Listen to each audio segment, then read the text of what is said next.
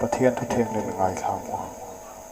leilung le chunga thilom zong hilal pa ta ania khove le chunga cheng tin ania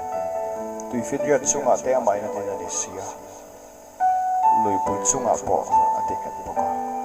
o kul kong ka te u in lu chung te kha choi sa ngula nang ni kong khar lu te win khai sa so ti chuan ro pui na lal hi lo lu don nia ro pui na lal chu tu nge ni lalpa chak tak le thil ti thei tak lalpa in do na thil ti thei tak chu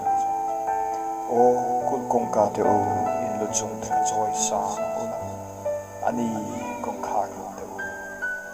choi sa ti chuan ro pui na lal hi lo lu don nia chu ro pui na lal chu tu nge ni si pai ho te lalpa chu ama nge hi la ro pui na lal chu thu kan share te la kan sa ta ni som sa wala sare ne tui sai ka du pathian ro pui na lan na tu ve tu na ya har san mangin sau ram ni pui te kan dal poi me kan ya har san na kan to ka na khi kha takin min be ya kan to ka kan poi ya a se chulai mona chuan he thu hi pathian ni shin tir tlak mai chu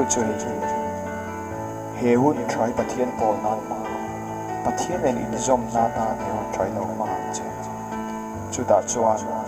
pathian ro pui nai bo ma a ro pui na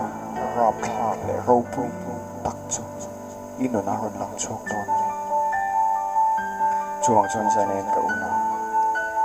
ino na har san eng po tok ma la be dong su har san ai zo kan tur ka lo sing na lungai na mang an nai to ko ka nakina lom na siam tu nakina iti ti nuam tu per la ni don ka har san na ka chu wang chon chui har san so em po ni sin har san na lu tu ni shira har san na mang a tha lu tu kan nai po ni sin to mai ba ikia ala li so akut pharo ku chu mai lu Sabe he huna fa lo lungai lo mang ang te ko kan ko mai pa se hi la li so ki so ama lim na kong khar lo te wi kai sa so ro pui na la lo lu do I thi lo nga ro pui na la lu te na chuan I kal da I ngai da I lo pom thin da kai tha kong khar lo te khai sang wala ti chuan ro pui na la lo lu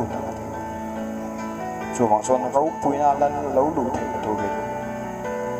kan in khai sa kan rilrua kan tha kan lo pom dan thut te kan da cha ba pathian kan lo ma pathian kan lo don sa nai biak ina kan kal thri na biak ina kan om thri biak ina kong kan pol lu thri chu kan kal dan chu pathian hian min fia na lo na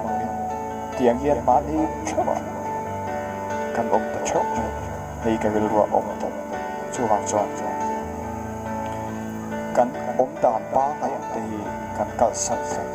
kan kal ane pathian in hei hi thil om dan po kan lo ti lai ka min shin tu ni ka shia kong khar lu te win khai sa so I chuan ro pui na la lo lu don chu ro pui na la chu tu nge ni si pai ho te na pa chu ro pui na la le I su ro pui takin leng ho I lal sia lan ti isa ni na he ko na lal I su a inu na alan chu te na tu chu I in khai sa I rilru I da ni ma pathian na in po na ni man te tu pathian in sa vai mal som chong